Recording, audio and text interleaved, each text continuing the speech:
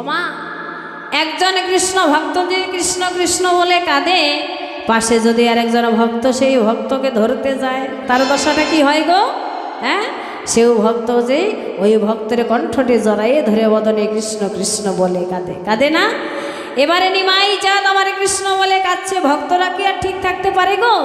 সকল ভক্তগণ নিমায়ের অঙ্গ পরশ করে, হ্যাঁ ওই নিমায়ের সোনার অঙ্গ পরশ করে ভক্তগণ সবাই মিলে ওই সুর ধরে গঙ্গার করে ধুলায় পরে গড়ি দিল, নয়ন জলে মুখ ভাষায় হা কৃষ্ণ প্রাণ কৃষ্ণ বলে।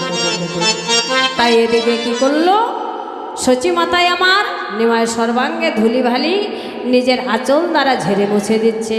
পাশ থেকে বৈষ্ণব মহাজন বলছে, মা ও মা দাঁড়াও, তুমি তোমার নিমায়ের সর্বাঙ্গে ধুলি বালি ঝেড়ে দাও, তাতে কোনো আমার আপত্তি নেই, কিন্তু মা গো তোমার চরণে আমার এই মিনতি জানায়